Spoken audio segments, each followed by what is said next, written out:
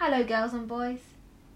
I don't know what the weather is like with you, but out of the window here it is pouring with rain. So I thought I would tell you a story about the howling desert to make us feel warm and cosy even when it's wet. So, this is a story from Rudyard Kipling's Just So Stories, and it is called How the Camel Got His Hump. When the world was new and the animals were just beginning to work, there was a camel, and he lived in the middle of a howling desert because he did not want to work, and besides, he was a howler himself. When anybody spoke to him, he said, "Humph!" Just humph, and no more. The horse came to him on Monday morning and said, "Camel, oh camel, come out and trot like the rest of us." "Humph!" said the camel, and the horse went away. Presently the dog came to him and said, "Camel, oh camel, come and fetch and carry like the rest of us." "Humph!" said the camel, and the dog went away. Presently the ox came to him and said, "Camel, oh camel, come and plough like the rest of us." "Humph!" said the camel, and the ox went away. The camel would not work, and that meant the other three were very angry, and they talked about it on the edge of the desert. Then there came along a djinn in charge of all the deserts.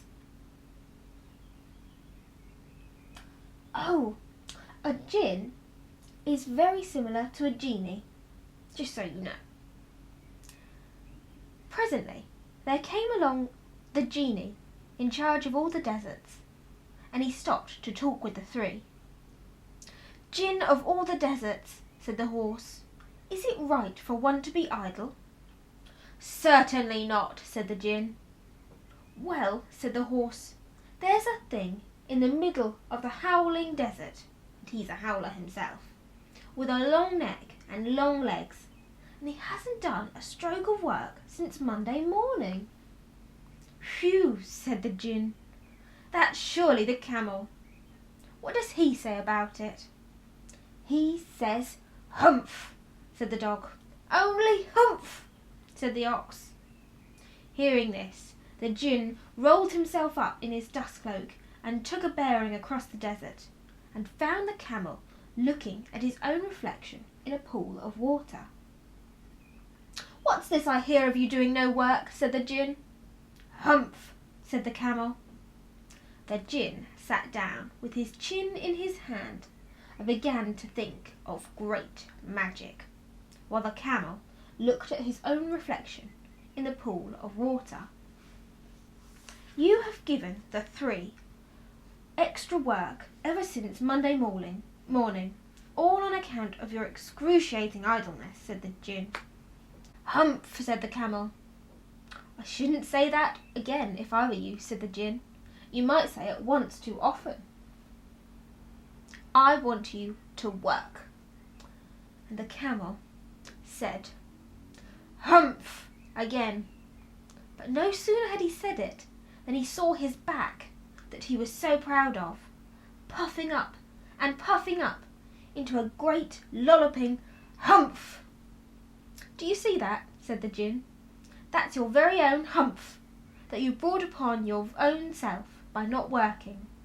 Today is Thursday, and you've done no work since Monday, when work began. Now you are going to work." "How can I," said the camel, "with this humph on my back?" "That is purpose made," said the djinn. "All because you missed those 3 days. You will be able to work for 3 days without eating, because you can live on your humph. From that day to this, the camel always wears a humph. Only we call it a hump now, not to hurt his feelings." I hope you've enjoyed that story, and I shall see you again soon.